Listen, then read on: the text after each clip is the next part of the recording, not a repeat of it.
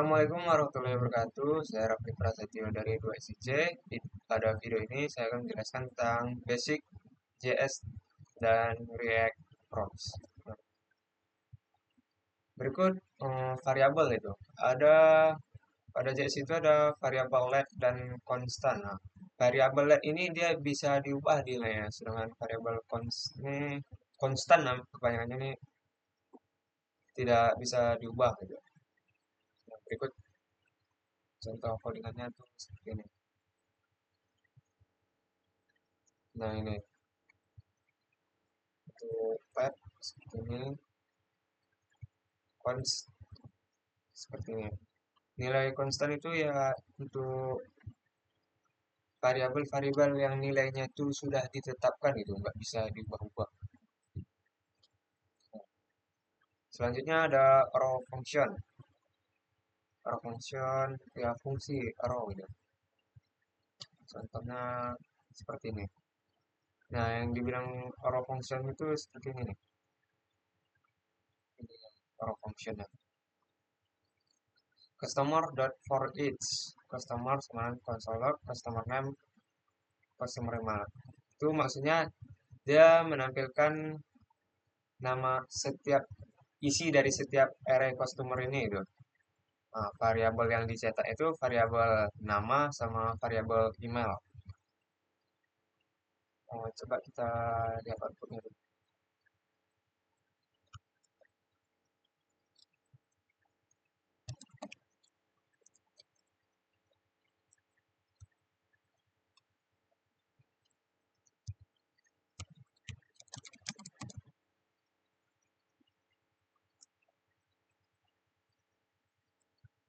Untuk melihat outputnya itu kita bisa klik yang ininya itu, link pada setelah kita jalankan npm random, kita masuk ke linknya. Di sini. Nah, tuh. Kalau untuk melihat output konsolnya itu klik kanan, lalu kita inspect kan, kita inspect. Inspect terus lihat pada bagian konsol. Nah, berikut itu output yang tadi itu, row functionnya. Nah, selanjutnya ada destructuring dalam data pelanggan gitu. Destructuring digunakan untuk mengekstrak nilai dari objek atau array. Contoh programnya itu seperti ini.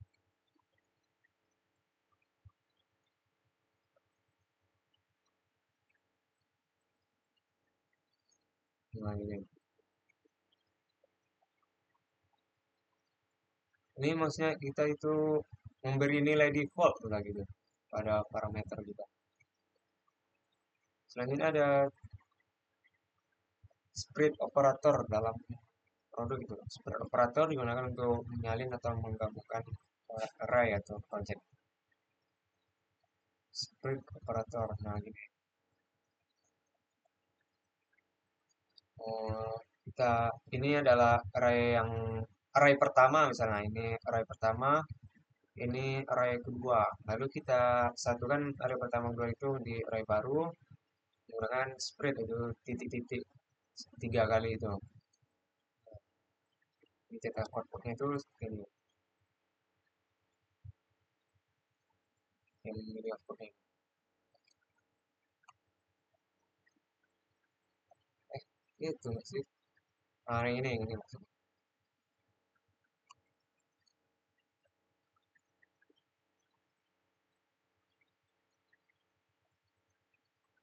Terus ada apa itu? Ada default parameter dalam order. Default parameter dalam order. Nah, kita lihat dulu contohnya.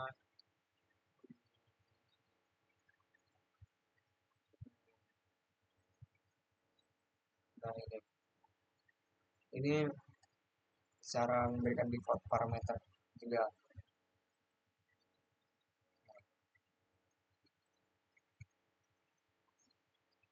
Jika ini kita tidak isi itu, misalnya parameternya salah satu ada yang kosong, maka dia memberikan nilai default dari parameter ini. Selanjutnya kita untuk mencetak template literal gitu. Kayak kita tuh mau mencetak sesuai dengan format yang kita buat. Bisa kita awali dengan tanda ini, tanda kutip ini, kutip terbalik lah itu maksudnya.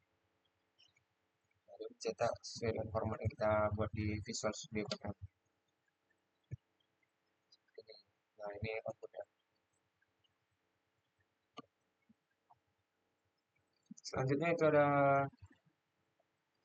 Promise untuk simulasi API. Promise digunakan untuk menangani operasi asinkron seperti mengambil data pelanggan dari server. Gitu. Selanjutnya ada Synchronous awaits untuk fetch data produk. Ini contoh kode. Nah ini dia kayak cons get customer ini untuk mengambil mengambil data customer dari database gitu. Nah ini fungsinya, fungsi new promise resolve reject untuk mengambil data tersebut. Angka 2000 di sini maksudnya itu 2 detik itu. Waktu pengambilannya itu 2 detik. Waktu loadingnya. Nah, ini orang function untuk mencetak. Ini sama seperti apa tadi ini promise itu, tapi ini yang terbarunya gitu. Asynchronous await. Nah, selanjutnya ada apa saja komponen-komponen di React gitu. React, nah, komponen itu adalah bagian terpenting dari aplikasi React karena aplikasi React sendiri tersusun dari komponen-komponen gitu. Komponen di React.js ini ada beberapa macam. Ada yang disebut dengan stateful komponen dan stateless komponen. Ada juga komponen, function komponen, dan class komponen. Ada DOM komponen dan smart komponen. Komponen adalah bagian-bagian yang menyusun aplikasi React. Elemen pada React itu ada, ini ada elemen pada React. Elemen adalah bagian elemen HTML yang menyusun komponen. Biasanya kita buat dengan JSX. Secara umum ada 3 bagian yang biasanya ada di dalam komponen, yaitu bagian data, ada stat, props, variabel, lalu ada bagian method atau fungsi, dan bagian metode render. Wajib ada jika kita menggunakan kelas. Nah, ini komponen function pada React.js ini. Pertama, menggunakan fungsi, dan kedua, menggunakan kelas. Komponen yang dibuat dengan fungsi disebut juga dengan function komponen. Begitu juga dengan kelas, itu kelas komponen. Kalau di zoom seperti ini. Nah, nama komponen itu harus dimulai dengan kapital, ya. Diawali dengan huruf kapital. Elemen JSX itu ada pada dalam kurung kurawal. Untuk mencetak komponen itu seperti ini. Sebentar kodenya. Selanjutnya kelas komponen. Ya. Sedangkan untuk kelas komponen, cara membuatnya harus menggunakan extends dari kelas React Component. Di deklarasinya lalu extend React Component elemen JSX lalu cara menggunakan komponen. Selanjutnya ada konstruktor untuk komponen. Nah, konstruktor adalah fungsi atau metode khusus pada kelas yang akan dieksekusi saat objek dibuat atau komponen digunakan. Konstruktor ini biasanya digunakan untuk melakukan inisialisasi komponen. Lalu konstruktor ini dibuat dengan fungsi konstruktor buka kurung dan kurung tutup kurung itu. Nah, pemanggilan fungsi super ini dalam konstruktor akan mengeksekusi konstruktor dari induk kelas. Ini React komponen. Tujuannya agar kita bisa mengakses semua metode yang ada di kelas induk.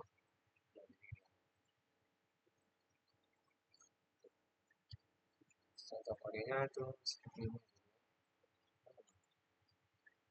Oh, tidak ada yang saya buat. Nah, ini state dan props pada komponen React.js. State dan props adalah objek khusus yang menyimpan data, untuk komponen. Kedua objek ini memiliki cara kerja yang berbeda. Stat adalah objek yang digunakan untuk menyimpan data di dalam komponen. Sedangkan props adalah objek yang digunakan untuk menyimpan data yang diterima dari luar komponen. Nah, ini tampilannya itu kayak codingannya ya. Stat sama dengan tadi kode this stat name untuk mengambil nilai dari stat. Nah, komponen digunakan untuk memberikan data ke props.